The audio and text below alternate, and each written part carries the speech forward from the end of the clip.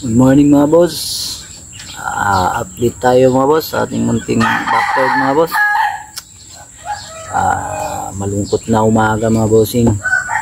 Nadali yung ating isang kakirels kahapon. Yung ating mayahin mga boss. Tumamlay kasi mga boss, isang araw lang nadali kagad. Bale sa umaga napansin ko hindi na siya kumain hanggang hapon. Tapos pagka kinabukasan ayun, namatay mga boss.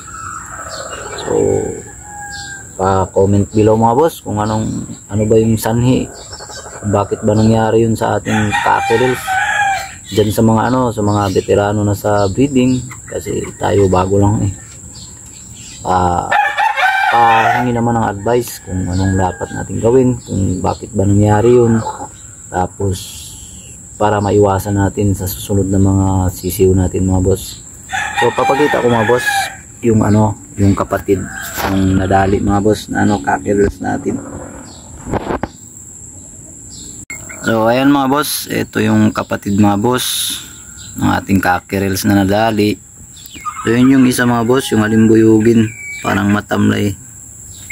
Pero yung kahapon mga boss, yung namatay, bali mas matamlay pa siya dyan sa halimbuyugin na yan, kaya hindi ko na agapan kaagad.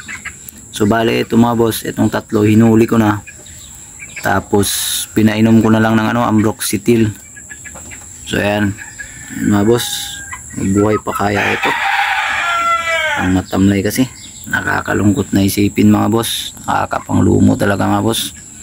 Kung kailan pa malalaki na, kailan pa yan ang gana na tayong magpakain, yan pa yung nangyari mga boss.